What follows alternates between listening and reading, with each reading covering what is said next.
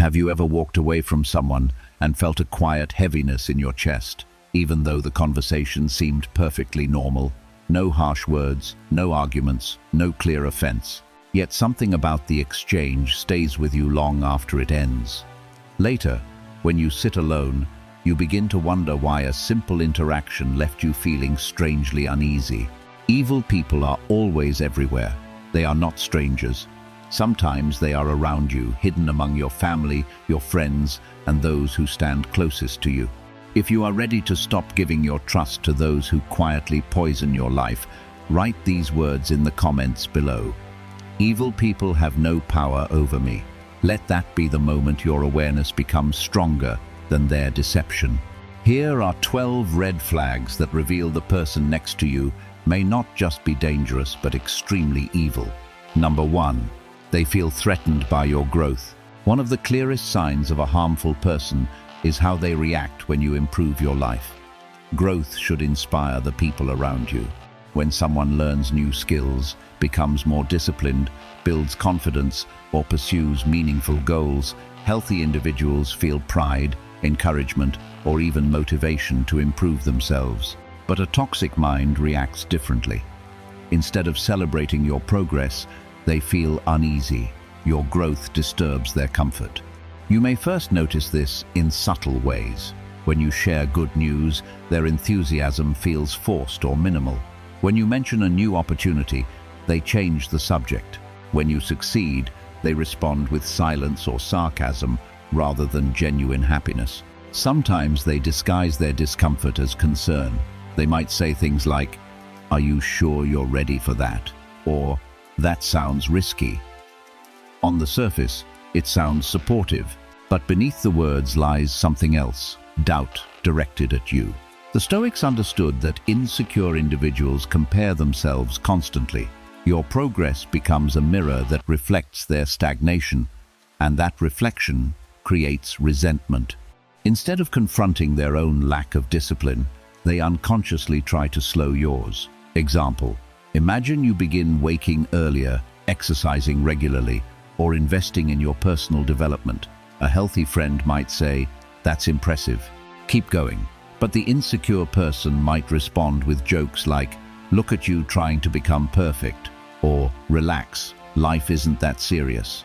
What they are truly saying is this: your improvement reminds them of what they are avoiding.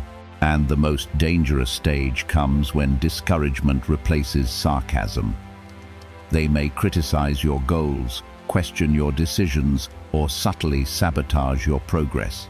Not because your growth is wrong, but because your growth threatens the balance. They prefer one where you remain exactly where they are. This reaction reveals something deeply important about character. Healthy people experience inspiration when they see growth in others. Unhealthy people experience comparison. Comparison produces insecurity, and insecurity often produces quiet hostility. You might notice that such individuals begin minimizing your achievements. They downplay your effort. They attribute your success to luck rather than discipline. They highlight small mistakes while ignoring your progress. And slowly, if you are not careful, their commentary begins influencing your own perception. This is why the Stoics emphasized independence of judgment. Your growth cannot depend on the emotional approval of others.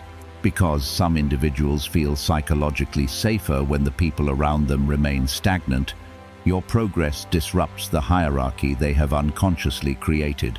And rather than rising with you, they attempt to bring you back down. The wise person does not argue with this behavior. They observe it. They understand that resentment toward improvement reveals more about the observer than the achiever. And instead of seeking validation from such individuals, they quietly continue building their discipline, their skills, and their future. Because the greatest response to insecurity is not confrontation, it is progress. Number 2, they disrespect boundaries without remorse. Boundaries are one of the clearest indicators of character. A boundary simply means you understand where your responsibility ends and another person's begins. It protects your time, your energy, and your emotional space. But to someone with manipulative tendencies, Boundaries feel like obstacles rather than guidelines. When you tell a healthy person that something makes you uncomfortable, they adjust their behavior. They respect the limit because they respect you. But someone with darker intentions reacts differently. They ignore the boundary, challenge it, or try to make you feel guilty for having it. At first, it may appear small. You say you are busy, but they pressure you to make time anyway. You ask them not to share personal information, but they reveal it casually in conversation. You say no to a request, and suddenly they act offended. Over time, this behavior becomes more aggressive. They frame your boundaries as selfishness. They accuse you of being distant. They imply that your limits are unfair.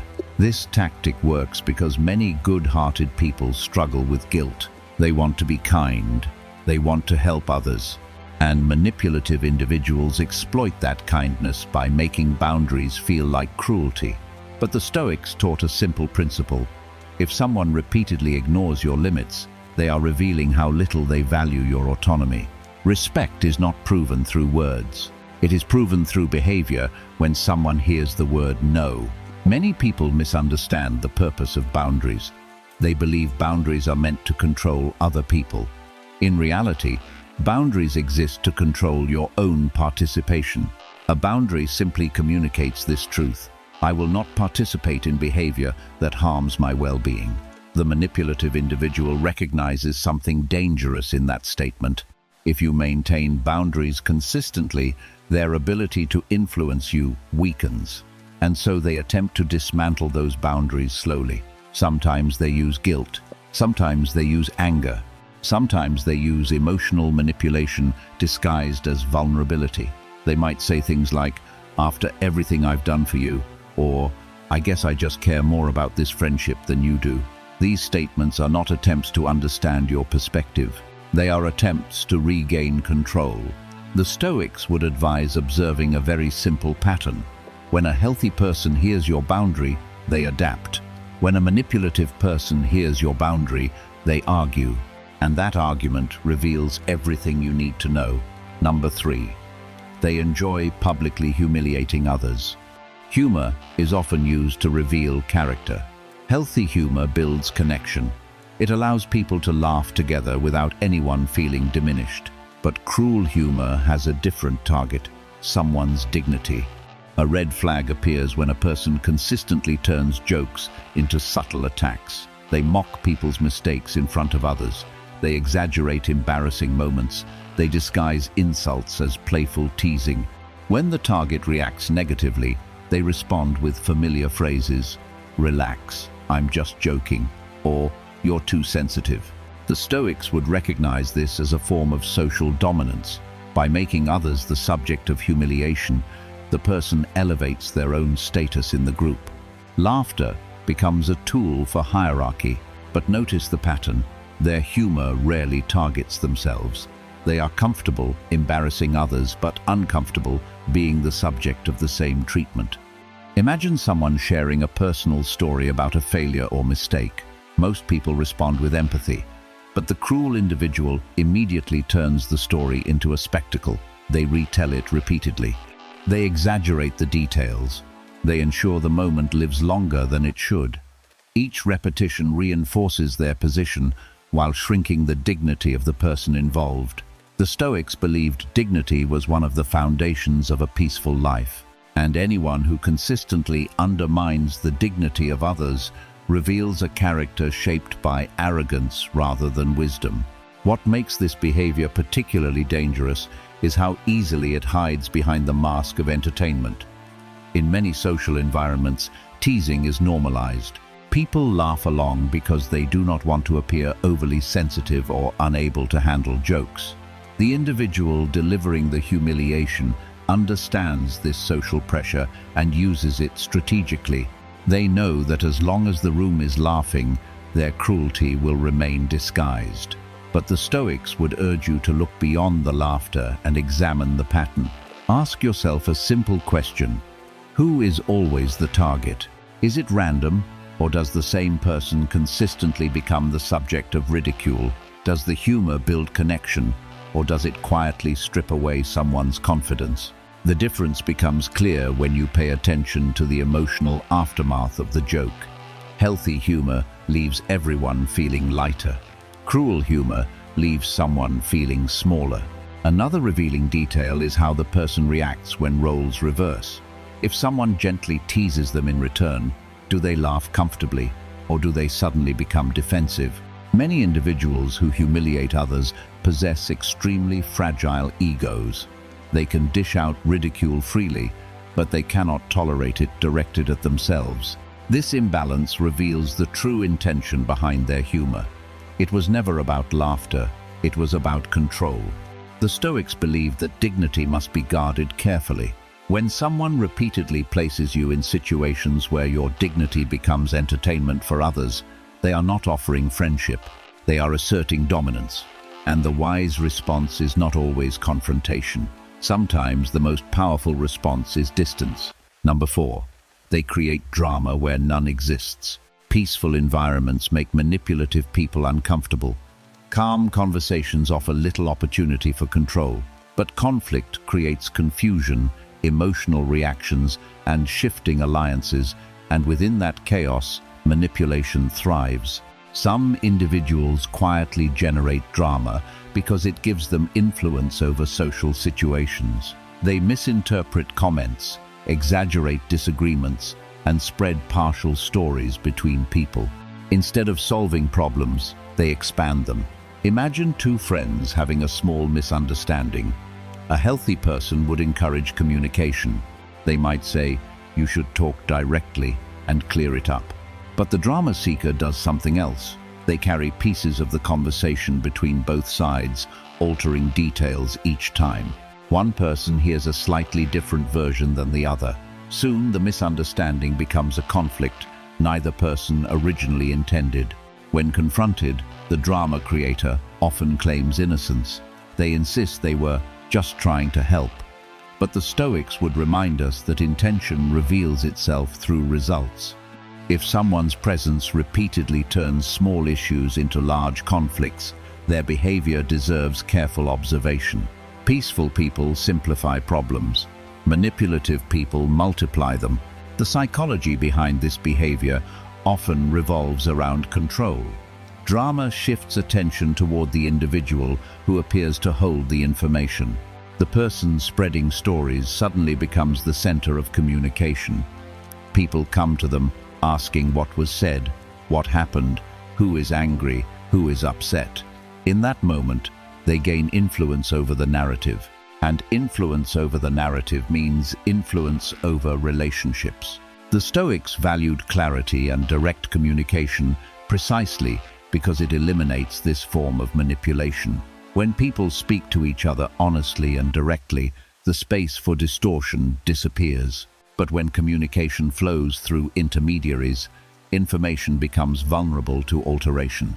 Drama thrives in that space. Consider how often small conflicts escalate simply because someone carried messages instead of encouraging direct dialogue. A single exaggerated phrase can turn a misunderstanding into a confrontation. One person hears that another was talking badly about them, when in reality the original statement was mild or misunderstood. By the time both individuals finally speak directly, the emotional damage has already occurred. The drama seeker benefits from this confusion. They position themselves as the mediator, the messenger, or sometimes even the victim of the chaos they created. And because the situation appears complicated, many people fail to recognize the original source. But the Stoics would advise focusing not on dramatic moments but on patterns. If someone repeatedly appears in the center of conflicts that began as small misunderstandings, that pattern deserves attention. Peaceful people resolve tension. Manipulative people sustain it. Because within ongoing conflict, they maintain relevance. Number 5. They never accept responsibility. Accountability is one of the strongest indicators of maturity. Everyone makes mistakes. Everyone occasionally says the wrong thing or makes poor decisions. But healthy individuals possess the courage to admit fault. They apologize sincerely. They correct their behavior.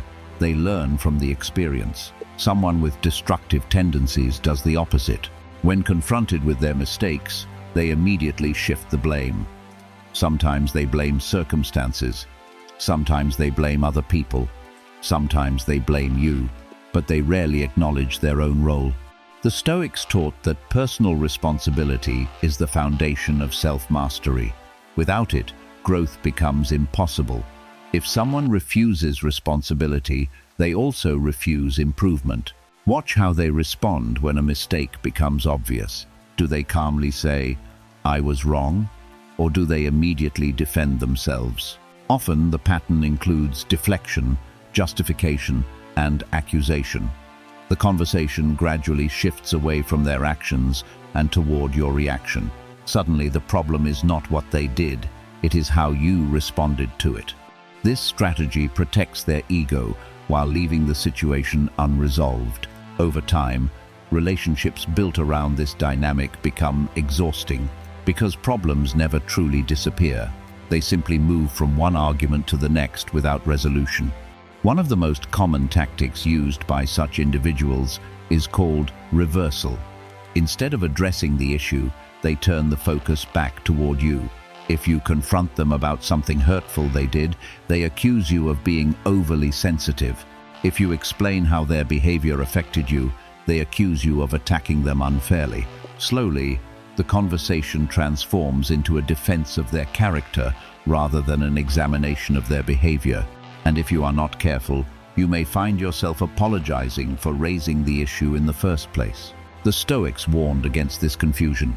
A person who cannot accept responsibility cannot be trusted with influence in your life, because without responsibility, there is no mechanism for change.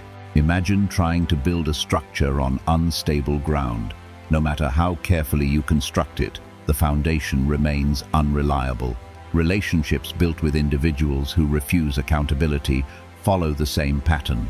Every conflict resets, every lesson disappears, every mistake repeats, and eventually you realize something important.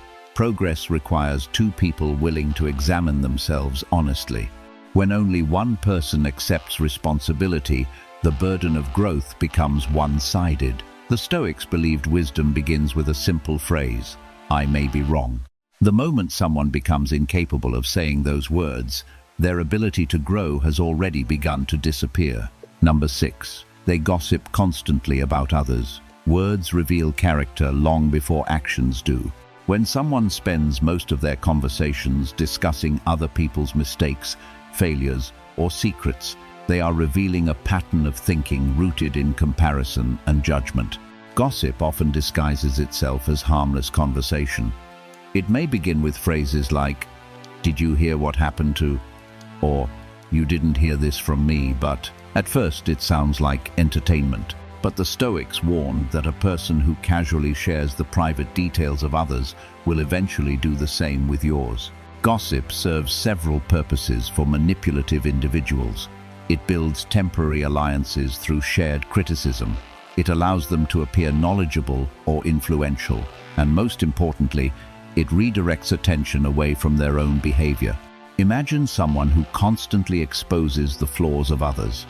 Eventually, you begin to notice something. They rarely speak about their own mistakes. Their attention remains focused outward. This pattern creates a dangerous environment where trust slowly dissolves. Because if someone feels comfortable exposing others behind their backs, they are unlikely to protect your reputation when you are absent. The Stoics believed speech was one of the clearest reflections of the soul. What a person chooses to talk about repeatedly reveals the direction of their thoughts. A mind focused on growth speaks about ideas, lessons, and possibilities. A mind focused on comparison speaks about people. Gossip is rarely about information. It is about positioning. When someone shares another person's flaws, they subtly place themselves above that person in the social hierarchy. By highlighting someone else's failure, they imply their own superiority. By revealing secrets, they demonstrate access to information that others do not possess. But this behavior creates a fragile form of influence, because the same people listening to the gossip are silently learning something important about the speaker. They are learning that trust is unsafe in that person's presence. At first, the gossip may feel entertaining, but over time, a quiet discomfort appears. People begin choosing their words carefully around that individual. Conversations become cautious. Personal details remain hidden. Trust begins to shrink. The Stoics advised observing this pattern carefully. Do not judge someone by a single conversation. Anyone can repeat a rumor occasionally, but when gossip becomes a habit, the pattern becomes impossible to ignore. Notice the frequency, notice the tone, notice the enthusiasm. Some individuals seem energized when discussing the problems of others.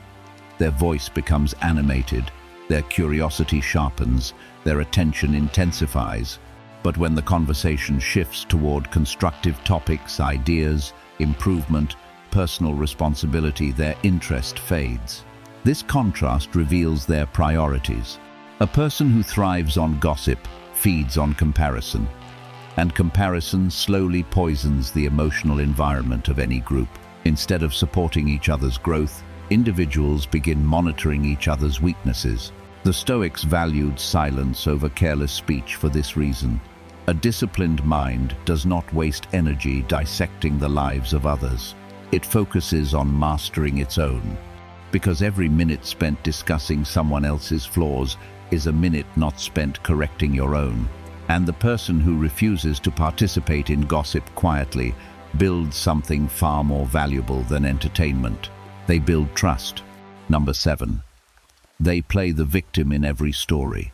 Life inevitably includes unfair situations. Everyone experiences moments of disappointment, betrayal, or loss. But there is a difference between experiencing hardship and constructing a permanent identity around victimhood.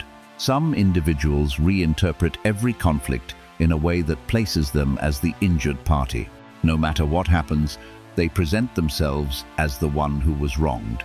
If they hurt someone, they explain it as a reaction to being mistreated. If a relationship fails, they portray themselves as misunderstood. If they lose an opportunity, they blame the unfairness of the system. This pattern becomes clearer when you examine multiple stories they tell. Over time, a consistent theme appears. They are always innocent. Everyone else is responsible. The Stoics would recognize this as a refusal to confront one's own agency. When people see themselves only as victims, they avoid the uncomfortable process of self-reflection. But this mindset also becomes manipulative, because sympathy can be used as a tool. By presenting themselves as constantly wounded, they attract emotional support while avoiding accountability. At first, this behavior may not appear harmful. In fact, it often triggers compassion in others. Good-hearted people want to help someone who seems to be suffering repeatedly. But eventually, patterns emerge. You begin noticing that the same types of conflicts follow them everywhere. Every workplace becomes unfair. Every friendship becomes disappointing. Every relationship becomes a story of betrayal. And yet one element remains constant across all these stories: the narrator. The Stoics emphasize the importance of examining recurring patterns in life. When similar conflicts repeat across different environments, it becomes necessary to ask an uncomfortable question. Is the world truly conspiring against this person, or are they contributing to the pattern themselves? The victim mindset protects the ego from that question, because accepting responsibility requires courage. It requires admitting that some problems originate from our own behavior. It requires confronting habits that may be causing harm. But someone who relies on victimhood cannot afford that realization. If they accept responsibility even once, the entire narrative begins to collapse. So they reinforce the story. They emphasize how misunderstood they are. They highlight the cruelty of others. They remind listeners how unfair their circumstances have been. And gradually, the role of victim becomes their identity. The Stoics warned that this mindset traps the mind in permanent powerlessness, because a victim believes they have no control over their situation. But Stoic philosophy teaches the opposite. You may not control every event, but you always control how you respond to it. Someone who refuses to examine their own role in life's conflicts abandons that power. And when responsibility disappears, growth disappears with it. Number 8. They lack empathy for others. Empathy is the ability to recognize and understand the feelings of another person.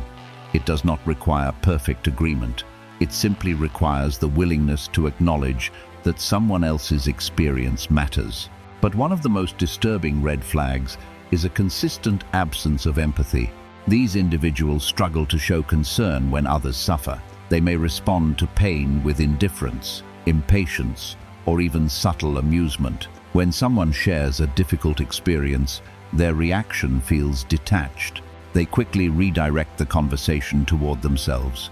They minimize the seriousness of the situation, or they offer advice without understanding the emotional weight behind the problem.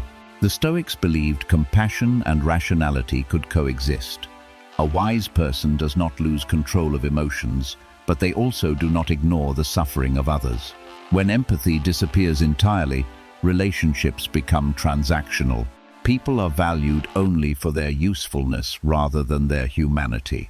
The absence of empathy reveals itself through small moments. Imagine someone telling a story about losing an opportunity they worked hard for. A compassionate listener acknowledges the disappointment.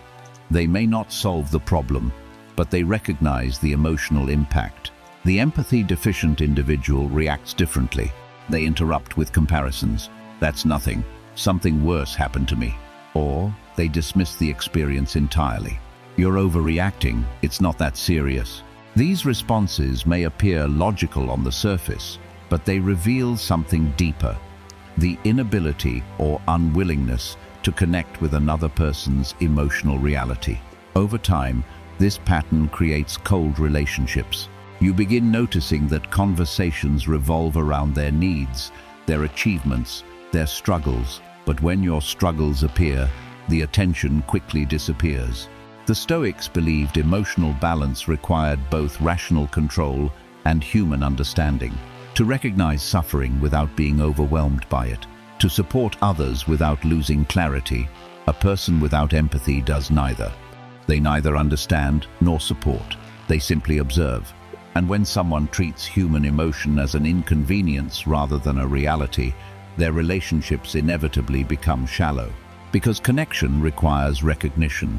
It requires acknowledging that the experiences of others carry weight. When that recognition disappears, what remains is not friendship, it is utility. People become tools rather than companions. And a relationship built on utility ends the moment usefulness ends. Number 9, they constantly test your loyalty. Trust grows naturally in healthy relationships. Over time, shared experiences build confidence between people. But manipulative individuals often demand loyalty before trust has been earned. They create situations that force you to prove your allegiance repeatedly. This might involve asking you to take sides in conflicts, share private information, or prioritize them over other relationships. If you hesitate, they interpret it as betrayal. This dynamic slowly isolates you, because the more loyalty tests you pass, the more distance forms between you and others. The Stoics valued independence of judgment. A wise person does not abandon reason simply to please another person. When someone pressures you to demonstrate loyalty through actions that compromise your integrity, they are not strengthening trust. They are strengthening control. Loyalty, in its healthy form, grows quietly. It does not demand dramatic displays or emotional ultimatums. It develops through consistent reliability, honesty, and mutual respect. Two individuals who trust each other do not feel the need to constantly prove it.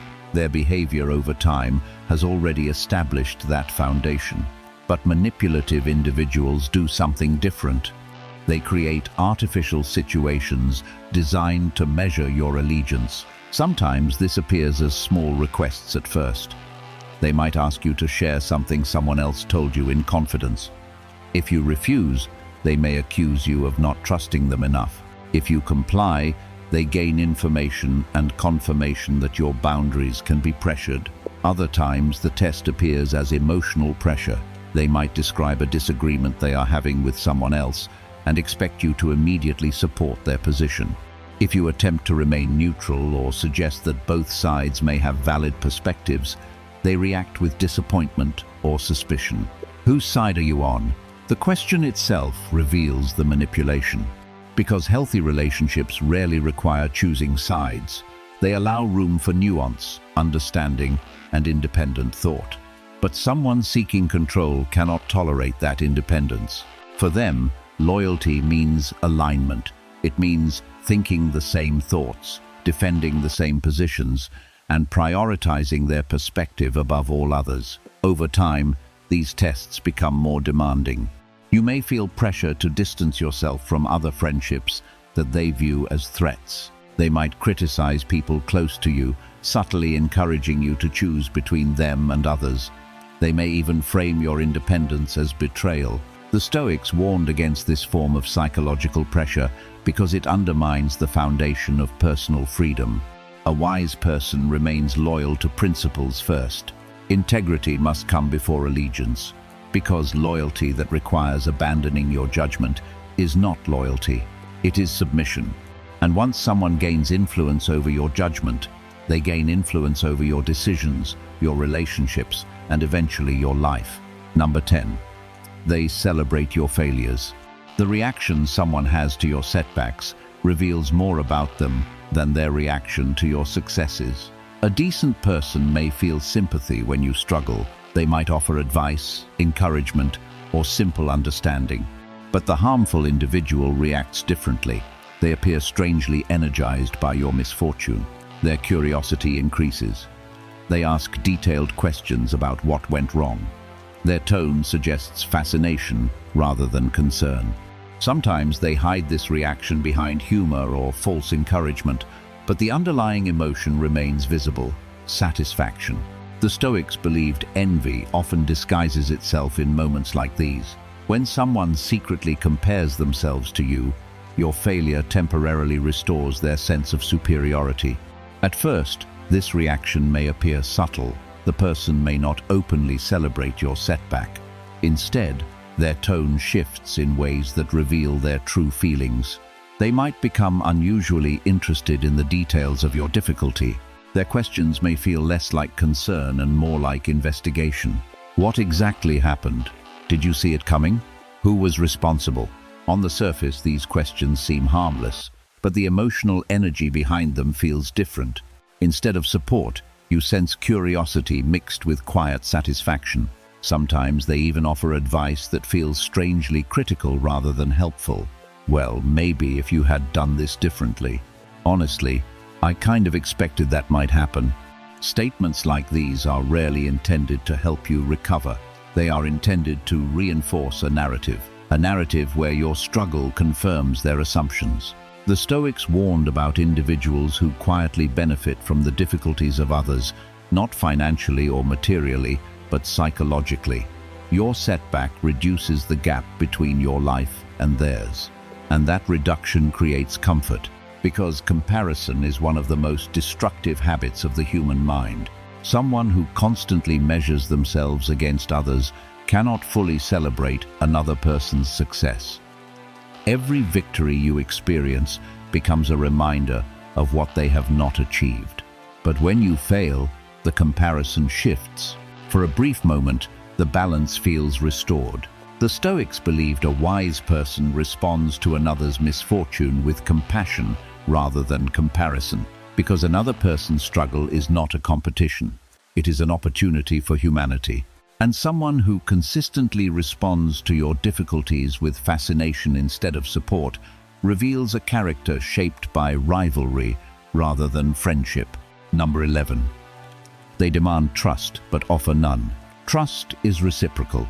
It grows through transparency, consistency, and reliability. But some individuals expect complete trust while revealing very little about themselves. They ask personal questions yet remain vague about their own lives. They insist on loyalty while keeping their options open. This imbalance creates vulnerability on one side and protection on the other. Over time, you may realize you know far more about your own actions than theirs. The Stoics warned against one-sided relationships. Mutual respect requires balance. One of the clearest indicators of manipulative behavior is informational imbalance. Conversations begin to feel like interrogations rather than exchanges. They ask detailed questions about your life, your relationships, your struggles, your plans. But when the conversation shifts toward them, the answers become brief or evasive. They redirect, they deflect, they change the subject. At first, this imbalance may seem harmless. Some people are naturally more private than others, but over time, a pattern emerges. The person possesses extensive knowledge about you while revealing very little about themselves. This dynamic creates an uneven structure of power. Information is influence. When someone knows your vulnerabilities, your plans, and your emotional triggers, they possess the ability to influence you more easily. But when you know little about them, that influence becomes one-sided. The Stoics believed transparency within relationships must be mutual, not absolute disclosure, but balanced openness. A person who demands trust while refusing to offer it demonstrates a desire for advantage rather than connection. They want access to your thoughts without granting you access to theirs. And, eventually, you may realize something unsettling. You have revealed pieces of your life that they could use against you, while learning almost nothing about the person standing in front of you. Trust cannot grow in such conditions, because trust requires vulnerability from both sides. When only one person becomes vulnerable, the relationship stops being equal. It becomes strategic. Number 12, your intuition feels uneasy around them. Sometimes the clearest signal is not a specific behavior, but a consistent feeling. Human intuition develops through countless subtle observations, tone of voice, body language, contradictions in stories. When something feels wrong repeatedly, it deserves attention. The Stoics encouraged rational judgment, but they also valued awareness of inner signals. If you regularly leave interactions feeling drained, tense, or confused, that experience contains information. Your mind may recognize patterns before you consciously articulate them. Intuition is often misunderstood as irrational emotion, but in reality, it is pattern recognition operating below the level of conscious thought. Your brain processes thousands of small details in every interaction. Facial expressions, inconsistencies in speech, changes in tone, micro-expressions that appear for only a fraction of a second. Most of these signals never reach conscious awareness, but they accumulate, and when the pattern becomes strong enough, your mind produces a simple message: something is wrong. The Stoics would advise neither blind trust nor blind suspicion. Instead, they encouraged calm observation. If your intuition repeatedly signals discomfort around someone, do not immediately accuse them, but also do not dismiss the signal. Observe their behavior over time. Watch how they treat people who cannot benefit them. Watch how they respond when challenged. Watch how their words align or fail to align with their actions. Truth reveals itself through consistency, and intuition often detects inconsistency long before logic can explain it. Red flags are not accusations.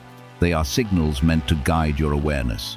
The Stoics did not advise hatred toward difficult people. Instead, they advised clarity. Observe behavior calmly. Understand the patterns. Then decide what distance or boundaries are necessary to protect your peace. Because the ultimate Stoic lesson is simple. You cannot control the character of others, but you can control the environment you allow into your life. You cannot force someone to develop integrity. You cannot force someone to become honest, empathetic, or accountable. But you can choose how close they stand to your inner world. The Stoics believed peace of mind depended heavily on the company you keep. Surround yourself with individuals who value honesty, responsibility, empathy, and discipline, and your own character becomes stronger. Surround yourself with manipulation, envy, and dishonesty, and even the strongest mind will eventually feel the strain. Your environment influences your thoughts. Your thoughts influence your actions, and your actions shape the direction of your life. This is why awareness matters, not to judge others with cruelty, but to protect your own clarity. When you recognize patterns early, you prevent unnecessary suffering. You protect your time. You protect your focus. You protect your peace. And in a world where manipulation often hides behind politeness, that awareness becomes one of the most valuable forms of wisdom a person can possess. Because the Stoics understood something timeless. Evil rarely introduces itself loudly. It whispers. It disguises itself as friendship. It hides inside small behaviors repeated quietly over time. But once you learn to see those patterns clearly, their influence begins to disappear. And in their place, something stronger emerges. Clarity, boundaries, and a mind that cannot be easily disturbed. If you're ready to stop mistaking evil for kindness and start recognizing the masks people wear to harm you, comment this below right now. I see through the masks. Now that you have done that, let that be the awakening that protects your peace and your future.